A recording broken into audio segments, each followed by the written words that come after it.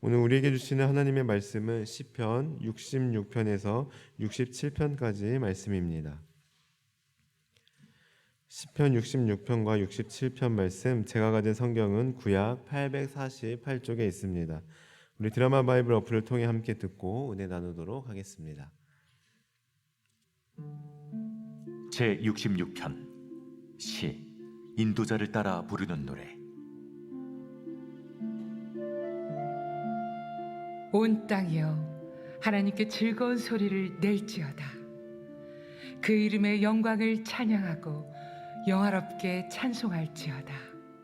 하나님께 아뢰기를 주의 일이 어찌 그리 어미하신지요. 주의 큰 권능으로 말미암아 주의 원수가 주께 복종할 것이며 온 땅이 주께 경배하고 주를 노래하며 주의 이름을 노래하리이다 할지어다. 와서 하나님께서 행하신 것을 보라. 사람의 아들들에게 행하심이 어미하시도다.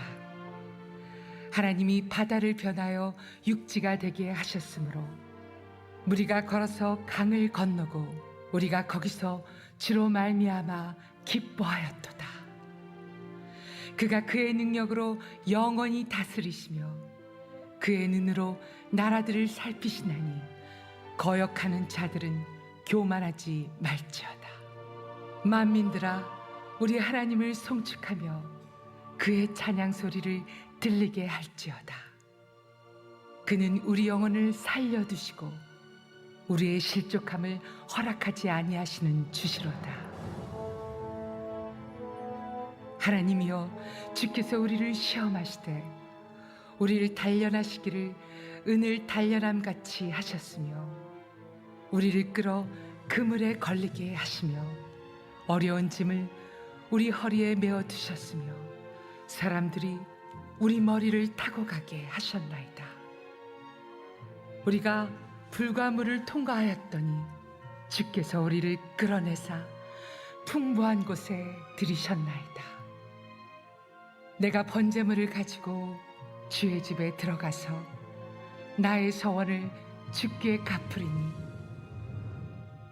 이는 내 입술이 낸 것이요 내 환난 때 내 입이 말한 것이니이다. 내가 순양의 향기와 함께 살진 것으로 주께 번제를 드리며 수소와 염소를 드리리이다. 하나님을 두려워하는 너희들아 다 와서 들으라. 하나님이 나의 영혼을 위하여 행하신 일을 내가 선포하리로다. 내가 나의 입으로 그에게 부르짖으며 나의 혀로 높이 찬송하였도다. 내가 나의 마음의 죄악을 품었더라면 주께서 듣지 아니하시리라. 그러나 하나님이 실로 들으셨으며 내 기도 소리에 귀를 기울이셨도다. 하나님을 찬송하리로다. 그가 내 기도를 물리치지 아니하시고 그의 인자하심을 내게서 거두지도 아니하셨도다.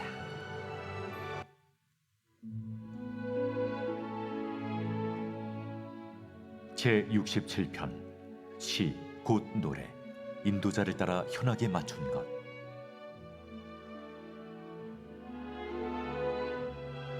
하나님은 우리에게 은혜를 베푸사 복을 주시고 그의 얼굴빛을 우리에게 비추사 주의 도를 땅 위에 주의 구원을 모든 나라에게 알리소서.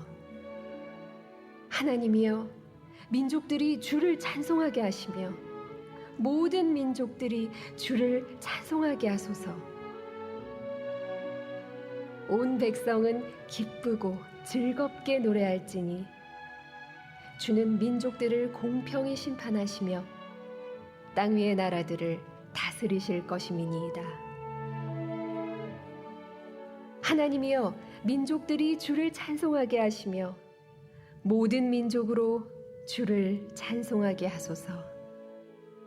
땅이 그의 소산을 내어 주었으니 하나님 곧 우리 하나님이 우리에게 복을 주시리로다. 하나님이 우리에게 복을 주시리니 땅의 모든 끝이 하나님을 경외하리로다. 아멘. 방금 함께 66편과 67편을 읽었지만 이 시간에는 67편을 중심으로 말씀을 나누도록 하겠습니다. 시편 67편은 감사 예배 시에 속하는데 저자가 누구인지 정확하지 않고 또 언제 쓰여졌는지 연대 또한 정확히 알 수 없습니다. 사실 시편에서 감사 예배 시는 약 30여 편이 있는데 일반적으로 감사 예배 시는 어떤 특정한 역사적 사건을 배경으로 하기보다는 보편적인 측면에서 창조주로서의 절대 권능, 또한 은총, 나아가 이스라엘 백성들을 택하시고 구원하시고 인도하신 은혜에 대한 찬양과 감사하는 내용으로 이루어져 있습니다.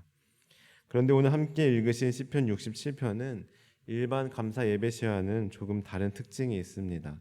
그것은 바로 이 시는 단순히 선민 이스라엘에게 베푸신 하나님의 구원의 은총을 찬양하는 데 그치지 않고 한 걸음 더 나아가 그 구원의 은총이 세계 모든 민족을 그리고 모든 사람들에게 전해짐으로써 하나님의 영광과 통치가 열방 가운데 알려지고 찬양될 수 있게 해달라는 기원의 내용을 담고 있습니다. 그래서 이 시편 67편은 일명 선교사의 노래라는 별명을 가지고 있습니다. 그럼 먼저 이 시의 구조를 함께 간략하게 살펴보면 1절부터 3절까지는 하나님의 구원의 도가 모든 나라에 전파되어 세계 모든 민족이 주를 찬양할 수 있기를 바라는 간구의 내용이 담겨져 있습니다. 4절은 열방이 온 세상을 다스리시는 하나님의 공의로우신 섭리를 깨닫게 되기를 바라는 내용이고, 마지막으로 5절부터 7절까지는 열방이 모든 백성 모든 사람에게 부어주시는 하나님의 복을 깨달아 하나님을 찬양하며 경외할 수 있게 해달라는 그런 간구의 내용을 담고 있습니다. 이제 그럼 한 절씩 함께 살펴볼 텐데요. 먼저 1절의 말씀을 함께 같이 읽어보겠습니다. 1절입니다. 시작. 하나님은 우리에게 은혜를 베푸사 복을 주시고 그의 얼굴빛을 우리에게 비추사. 아멘. 어디서 많이 들어본 구절 같지 않습니까? 바로 구약의 축도로 불리우는 민수기 6장의 말씀입니다. 제가 민수기 부분을 한번 읽어드리겠습니다. 여호와는 내게 복을 주시고 너를 지키시기를 원하며 여호와는 그의 얼굴을 내게 비추사 은혜 베푸시기를 원하며 여호와는 그 얼굴을 내게로 향하여 드사 평강 주시기를 원하노라. 아멘. 즉 이 구절은 이스라엘 백성을 위하여 축복 기도하는 제사장 기도의 전형적인 기도라고 할 수 있는데요. 여기서 하나님의 얼굴빛이란 의인법적인 표현으로 하나님의 완전하고 충만한 영광을 의미합니다. 따라서 그 얼굴빛을 비추어 달라라는 말은 하나님의 특별한 호의와 은총을 베풀어 달라는 의미를 담고 있습니다. 다음으로 2절을 보시면 주의 도를 땅 위에 주의 구원을 모든 나라에게 알리소서라고 말씀하고 있는데, 여기서 주의 구원을 모든 나라에게 알리소서라는 부분은 두 가지 의미로 해석될 수 있습니다. 첫 번째는 말 그대로 하나님께서 특별한 복과 은혜를 베푸셔서 세계 모든 사람들이 오직 하나님께만 참 구원이 있음을 알게 해달라는 의미입니다. 두 번째로는 하나님의 택하신 백성인 우리 이스라엘 민족들이 주님의 도를 땅 위에 널리 전해서 그로 인해 하나님의 구원이 나타나도록 우리에게 그 사명을 감당할 수 있게 해달라는 의미 또한 담고 있습니다. 이를 통해 우리는 하나님의 구원은 이스라엘에게만 국한된 것이 아니라 세계 모든 민족에게 해당하는 것임을 알 수 있게 됩니다. 그래서 3절에서는 이렇게 고백하고 있는데요. 우리 3절의 말씀을 함께 같이 읽어보겠습니다. 3절입니다. 시작. 하나님이여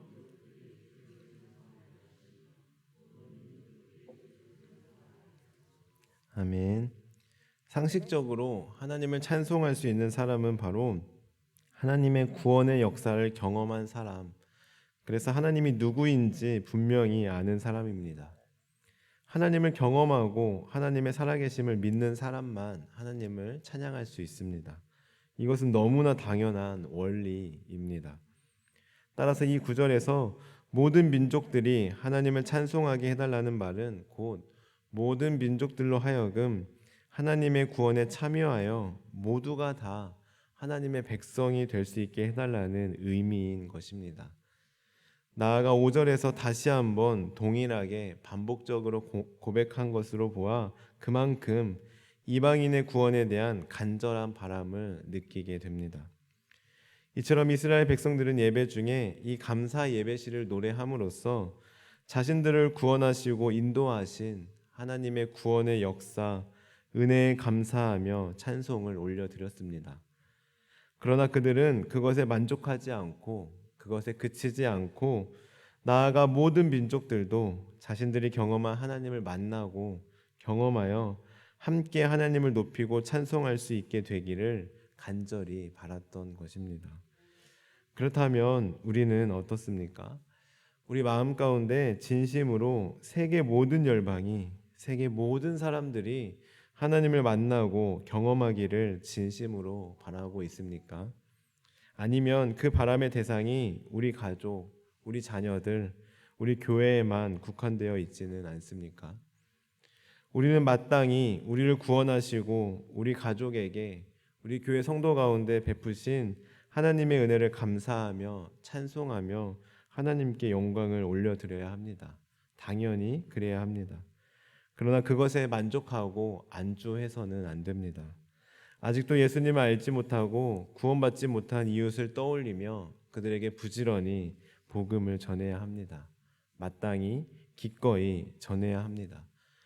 그래서 우리만 찬양하고 우리만 예배하는 데 만족하는 것이 아니라 온 백성이 함께 모여 하나님을 찬양하고 함께 예배할 수 있도록, 그렇게 우리가 사용될 수 있도록 우리는 그 날을 꿈꾸며 열심히 복음을 전해야 합니다. 이와 관련해서는 성경에 너무나 많이 기록되어 있습니다. 우리가 잘 아는 마태복음 28장에서는 그러므로 너희는 가서 모든 민족을 제자로 삼아 아버지와 아들과 성령의 이름으로 세례를 베풀고 내가 너희에게 분부한 모든 것을 가르쳐 지키게 하라. 볼지어다 내가 세상 끝날까지 너희와 항상 함께 있으리라 라고 예수님께서 말씀하셨고, 사도행전 1장 8절에서도 오직 성령이 너희에게 임하시면 너희가 권능을 받고 예루살렘과 온 유대와 사마리아와 땅끝까지 이르러 내 증인이 되리라 라고 분명하게 말씀하고 있습니다. 이 말씀 구절들은 너무나 유명하고 너무나 많이 들어서 아마 이렇게 새벽 예배 드리실 정도면 다들 아시는 말씀일 것입니다. 그러나 우리는 아는데 그쳐서는 안 됩니다. 이해하는 것으로 만족해서는 안 됩니다. 이 말씀이 살아계신 하나님의 말씀이라는 것이 믿어진다면 우리는 복음을 안 전할래야 안 전할 수가 없는 것입니다. 복음을 전할 수밖에 없습니다. 예레미야 선지자는 이렇게 고백하였습니다. 예레미야 20장 9절 말씀입니다. 내가 다시는 여호와를 선포하지 아니하며 그의 이름으로 말하지 아니하리라 하면 나의 마음이 불붙는 것 같아서 골수에 사무치니 답답하여 견딜 수 없나이다. 아멘. 내가 복음을 전하지 아니하면 내 마음에 불붙는 것 같고 답답하여 견딜 수 없다고 예레미야는 고백하고 있습니다. 저는 이 고백이 저와 여러분의 고백이 되기를 바랍니다. 사실 복음 전하는 것이 쉽지 않음을 잘 알고 있습니다. 복음을 전해야 하는 중요성에 대해서는 잘 알고 있는데 막상 전도를 하려고 하면 언제 어디서 누구를 전도해야 할지도 모르겠고 또 하루하루 너무 바쁘게 살아서 어쩔 수 없이 복음을 전하지 못하는 분들도 계실 겁니다. 저는 이런 분들에게 수요 전도대를 권합니다. 사실 저도 막상 혼자 전도를 하려고 하면 참 쉽지 않은 것 같습니다. 때때로 말씀을 듣거나 또 하나님께서 깨달음을 주실 때에는 그래, 내가 내일부터 전도해야지, 한 영혼이라도 전도해야지 하고 다짐은 자주 했지만 막상 다음 날이 되면 전도를 어떻게 해야 되는지도 모르겠고 막막하고 또 혼자 하려니 쑥스럽기도 하고 귀찮기도 해서 계속 미루게 됩니다. 그런데 수요 전도대를 섬기면서부터는 내가 일주일에 한 번이라도 전도할 수 있고 또 복음을 전할 수 있음이 감사하고 또 전도를 통해서 하나님의 은혜를 다시 한번 기억하고 그리스도인으로서의 사명도 다시 깨닫게 됩니다. 저는 그래서 개인적으로 생각해 볼 때 솔직히 내가 만약 수요전도대가 아니었으면 과연 얼마나 전도를 했을까라는 생각을 해보기도 합니다. 혼자 하려면 참 어렵게 느껴졌을 텐데 일단은 그래도 내가 수요전도대에 속해 있고 또 전도대원들과 함께 전도하니 참 재미있고 좋은 것 같습니다. 그래서 수요전도대 하시는 분들도 보면 어떤 분들은 직장 다니시는데도 불구하고 그 시간에 잠깐 오셔서 전도하고 다시 일하러 가시는 분들도 있습니다. 또한 요즘같이 이렇게 덥고 습한 날씨에도 상관없이 매주 밖에서 열심히 복음을 전합니다. 혹시 함께 전도하시기 원하시는 분들이 계시다면 그리고 하나님께서 조금이라도 마음 주실 때 주저하지 마시고 오시기 바랍니다. 매주 수요일 오후 2시부터 4시까지입니다. 사랑하는 성도 여러분, 복음을 전하는 것은 선택사항이 아닙니다. 해도 되고 안 해도 되는 것이 아닙니다. 반드시 해야 할 우리의 사명입니다.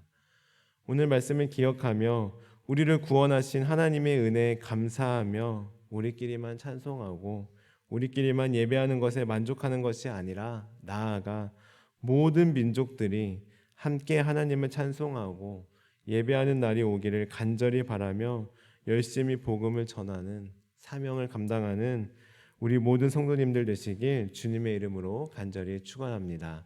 기도하시겠습니다.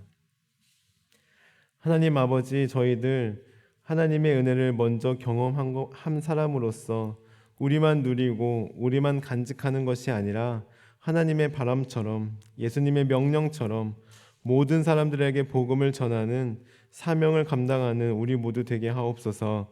그리하여 오늘 말씀처럼 온 백성이 모든 민족이 주님을 찬송하고 예배하게 하옵소서. 감사드리며 예수님의 이름으로 기도드립니다. 아멘.